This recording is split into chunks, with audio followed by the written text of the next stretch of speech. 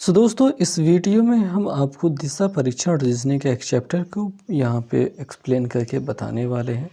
हमारे पास जो नालंदा की किताब है उसमें जो भी क्वेश्चन है सभी क्वेश्चंस को हल किया जाएगा। इस पूरी प्रश्नावली को या फिर इस पूरे अध्याय को समझने के लिए आपके पास मुख्य रूप से इन दिशाओं का ज्ञान होना चाहिए। बस पूर्व पश्चिम उत्तर दक्षिण ये जो चारों दिशाएं होती हैं इनके बीच में कुछ इनकी उप दिशाएं होती हैं। उत्तर पूर्व के बीच में अगर कोई स्थित है अगर दिशा तो उसे हम उत्तर पूर्व कहेंगे और ये जो नाम होगा इन्हीं उत्तर और पूर्व को मिलाकर उत्तर पूर्व, उत्तर और पश्चिम को मिलाकर उत्तर पश्चिम, दक्षिण और पश्चिम को मिलाकर दक्षिण पश्चिम और दक्षिण और पूर्व को मिलाकर दक्षिण पूर्व कहलाता है। ये इनके बीच की दिशाएं हैं। ये चीज़ें समझनी होती हैं। उसके अलावा आपको जो समझने के लिए रहता है वो ये है कि जब भी आप चित्र बनाएंगे अपनी कॉपी में हमेशा ऊपर की ओर उत्तर को दिखाएंगे, दाहिनी ओर पूरब को, बाईं ओर पश्चिम आ जाएगा और नीचे की ओर दक्षिण को दिखाएंगे। इस प्रकार से आप जब भी दिशाओं को दिखाएंगे तो बड़ी आसानी से आपके सभी क्वेश्चन हल हो जाएंगे। एक और बात रहती है कि जब आप किसी दिशा में जा रहे हों और वहाँ से आपको दाएं या बाएं मुड़ने की बात की जाए तो आपको ये सोचना है कि वो आप ही जा रहे हैं और आपको ही दाएं या बाएं मुड़ने के लिए कहा जा रहा है। अगर आप इस दिशा में जा रहे हैं दाएं आप इधर मुड़ेंगे और बाएं इस दिशा में मुड़ेंगे। मान लीजिए आप इस दिशा में आगे जा रहे हैं, दाएं मुड़ने को कहा जाए तो आप अपना दाएं सोचेंगे इधर है, बायां इधर है। आपको खुद पर देख करके ही सभी दिशाओं का निर्धारण करना है और कुछ भी इस प्रश्नावली में या फिर सभी प्रश्नों में कुछ भी खास नहीं है। सारा चीज़ें बस यही हैं जो आप अपने से समझ पाते हैं। अगर आपने अपने पे रखकर दिशा परीक्षण को देखा तो बहुत ही आसानी से सभी प्रश्नों के उत्तर दे पाएंगे, अन्यथा ये चैप्टर तो मुश्किल आपके लिए बन ही जाएगा। कोई भी चैप्टर मुश्किल होता नहीं है, बस अगर आप उसे देख नहीं पाते हैं, समझ नहीं पाते हैं तो वो मुश्किल हालात में आपको डाल देता है। तो चलिए शुरुआत करते हैं इस पहले प्रश्न की। पहला प्रश्न आपको देखने को मिलता है कि उत्तर की ओर मुँह करके गोपाल 20 मीटर की दूरी तय करता है। अगर गोपाल उत्तर की ओर 20 मीटर जा रहा है तो यहाँ से ये प्रारंभिक बिंदु है, यहाँ से यहाँ तक पहुँच गया है और आप इसे कहेंगे कि 20 मीटर जा चुका है। और इसमें कहा गया है कि वह पुनः बाईं ओर मुड़कर के 40 मीटर तय करता है। अब बाईं ओर मुड़ने का मतलब है आप अपने बाईं ओर मुड़ जाइए, जिधर की ओर जा रहे हैं उधर से बाईं ओर मुड़ जाइए और 40 मीटर के चले जाइए। और इस सवाल में कह रहा है वह फिर बाईं ओर मुड़ता है और 20 मीटर जाता है और फिर से बाईं ओर मुड़ने का मतलब होता है ये इस दिशा में मुड़ना और 20 मीटर जाना। 20 मीटर चले गए हैं। आगे कह रहा है तब वह दाईं ओर मुड़ता है और 20 मीटर तय करता है। अब दाईं ओर का मुड़ने का मतलब होता है इधर की ओर। आप अपने दाईं ओर अपने हिसाब से समझिए। दाईं ओर आप इस दिशा में जा रहे हैं, दक्षिण की ओर जा रहे हैं, दाहिनी ओर मुड़ना है तो दायां आपका इधर पड़ेगा, बायां इधर पड़ेगा। तो आपको दाहिनी ओर जाने की बात कह रहा है तो दाईं ओर मुड़ गए हैं और कितना गए हैं, 20 मीटर गए हैं। ठीक है, बताइए कि वह अपने प्रारंभिक स्थान से कितनी दूरी पर है। ये उसका प्रारंभिक स्थान है। अगर इसको 40 देखते हैं तो ये भी 40 कहेंगे आप, और आगे 20 गया है तो 40 और 20 टोटल हो गया 60। ये व्यक्ति अपने प्रारंभिक स्थान से 60 मीटर की दूरी पर है, बी वाला विकल्प। और अगर आप इसमें ये देखेंगे कि किस दिशा में है वो अपने प्रारंभिक स्थान से, ये भी पूछा जाता है तो ये प्रारंभिक स्थान से पश्चिम दिशा में है। अगर आप ये बताना चाहें तो बता सकते हैं। तो इस प्रकार इस प्रश्न का उत्तर मिल गया है। अब अगले वाले प्रश्न पे हम चल सकते हैं। तो यहाँ पे हमें दूसरा प्रश्न देखने को मिल जाता है। क्या कहा गया है प्रश्न को पहले ध्यान से पढ़ेंगे उसके बाद समझेंगे। मोहित दक्षिण की ओर 5 किलोमीटर जाता है। तो ज़्यादा कुछ समझना नहीं है, ये एक बिंदु है, यहाँ से दक्षिण की ओर ये 5 किलोमीटर चला गया।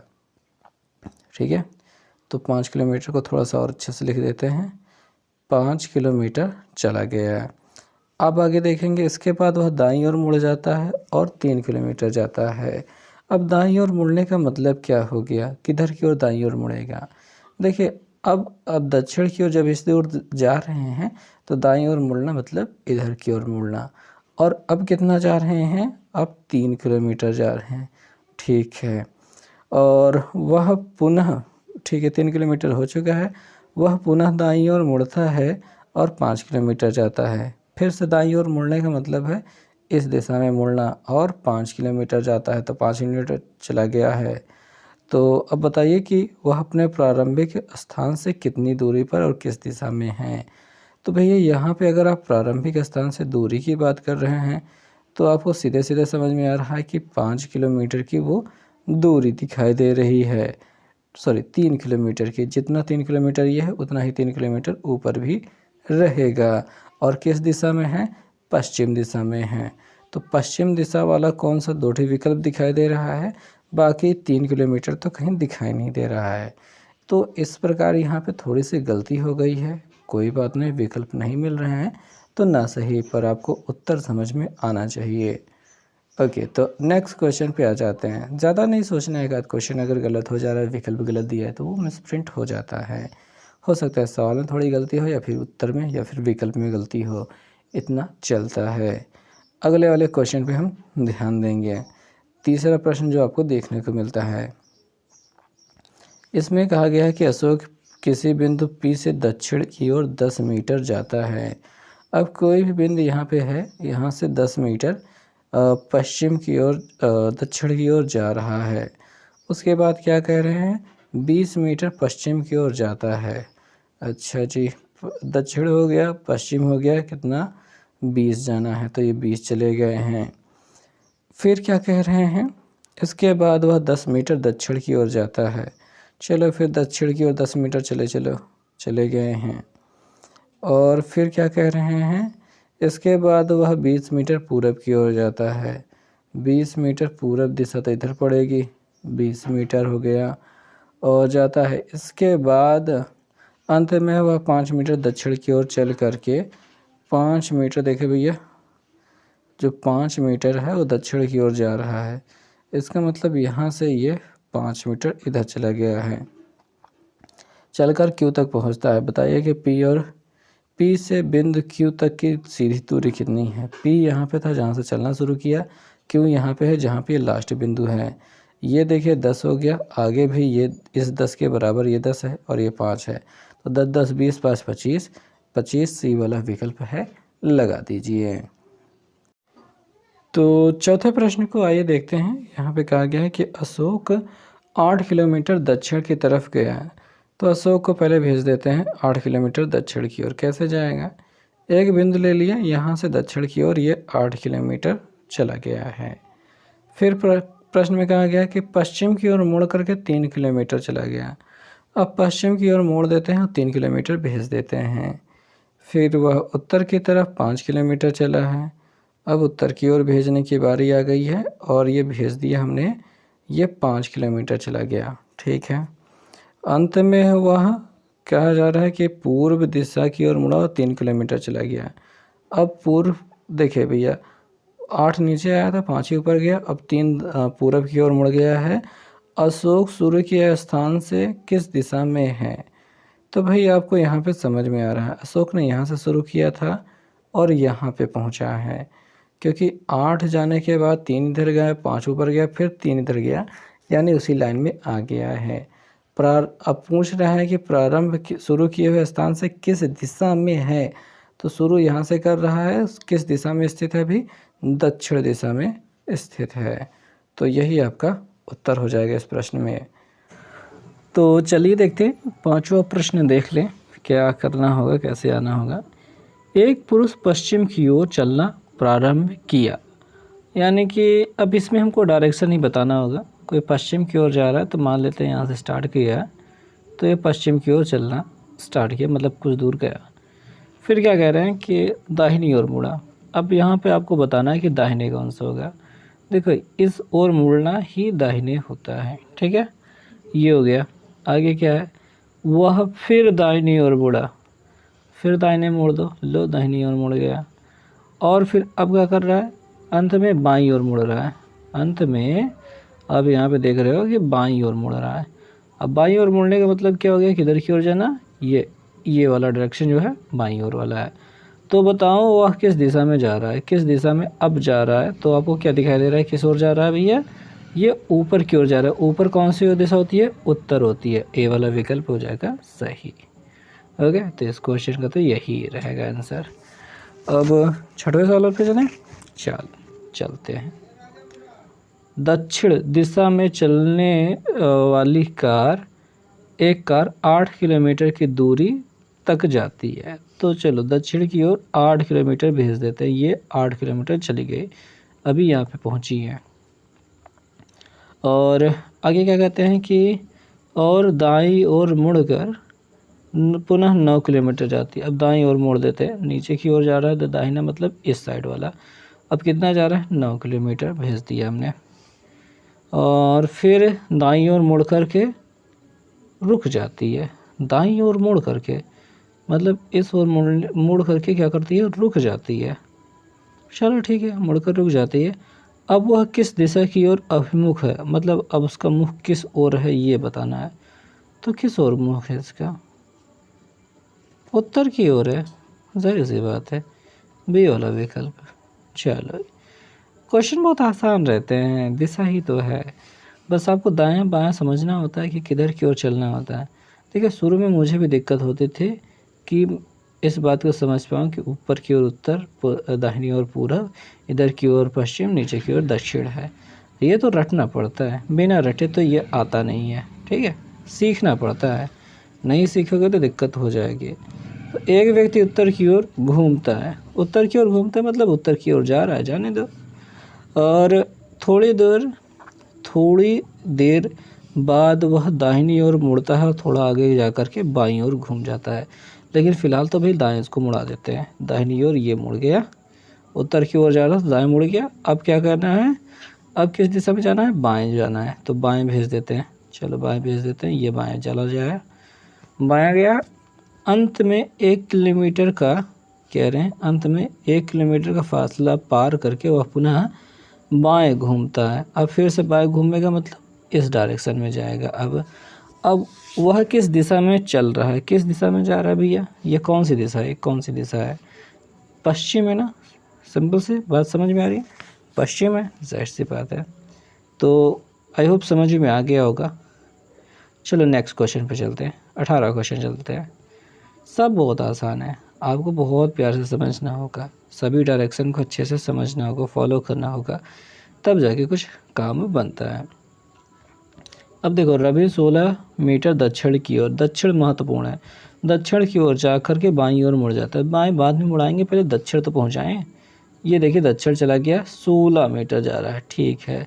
अब ये बाएं की ओर मुड़ना कह रहे हैं और 5 मीटर चलाने की बात कर रहे हैं, तो बाएं मुड़ते हैं ना। अब नीचे की ओर जा रहा है, नीचे की ओर से अगर बाएं देखा जाएगा तो इस दिशा में होगा, और ये 5 मीटर चला गया। इसके बाद वह उत्तर की ओर मुड़ जाता है और 7 मीटर चलता है। चलो उत्तर की ओर मोड़ देते हैं और 7 मीटर भेज देते हैं। डायरेक्शन का लफड़ा होने वाला है, नहीं खैर आ जाएगा।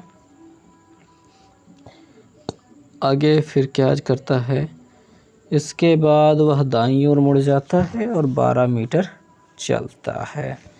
अब यार ये तुमने क्या कर दिया, अच्छा ठीक है, अपने पास जगह तो है। तो भैया देखिए, दाईं ओर मुड़ता है और 12 मीटर चलता है, तो 12 मीटर चलाना है। ये दाईं ओर मोड़ दिया है और 12 मीटर भेज भी दिया है, ठीक है। फिर कह रहे हैं यदि वह फिर बाईं ओर मुड़ करके 9 मीटर चलता है। अब बाईं ओर मुड़ने का मतलब क्या है, ये ऊपर की ओर, इधर की ओर बाएं ही मुड़ेगा और 9 मीटर चलता है, ठीक है। और वह इस समय चलने के स्थान से कितनी दूरी पर है। चलने के स्थान से मतलब जहाँ से स्टार्ट किया था उसने, इस बिंदु से वह किस दिशा में है, कितनी दूरी पर है। अब देखो भैया, ये 16 नीचे आया था और 9, 7, 16 ही ऊपर गया है, ठीक है। तो ऐसे में ये तो बराबर हो गया। बस हमको ये ध्यान देना है कि ये जो 5 इधर आया है और 12 इधर आया, 12 5 हो जाएगा 17, कितना हो जाएगा 17। तो आप सीधे सीधे कह सकते हैं कि 17 मीटर वाली जो डिस्टेंस है, ये जो बी वाला विकल्प है, यही होता है आपका जवाब। ओके, ठीक है भैया, उम्मीद करते हैं आपको समझ में आ रहा होगा, आप सभी सवाल खुद कर पा रहे होंगे। और डायरेक्शन में बहुत अच्छी सी चीज़ें चलती हैं, बहुत प्यारी हैं। सभी सवालों को ध्यान से बस प्यार से पढ़ना होता है और सब कुछ आ जाता है। अब जैसे अगला ही क्वेश्चन देख लेते हैं कि ए उत्तर की ओर 3 किलोमीटर चलकर बाएं मुड़कर, बाएं तो बाद में चलाते हैं मुड़ाते हैं, लेकिन पहले उत्तर की ओर 3 किलोमीटर पहुंचाते हैं। ये देखो 3 किलोमीटर पहुंच गया। अब बाएं मुड़कर, बाएं मतलब इधर की ओर, और बाएं मुड़कर कितना जा रहा है, 2 किलोमीटर जाता है। वह फिर बाएं मुड़कर, फिर से बाएं मतलब नीचे की ओर डायरेक्शन, 3 किलोमीटर चलता है। अब वह दाहिनी ओर मुड़कर सीधे चलता है, दाहिनी ओर, दाहिनी ओर मतलब ये डायरेक्शन हो जाएगी। ठीक है भैया, दाहिनी ओर इसी डायरेक्शन में जा रहा है।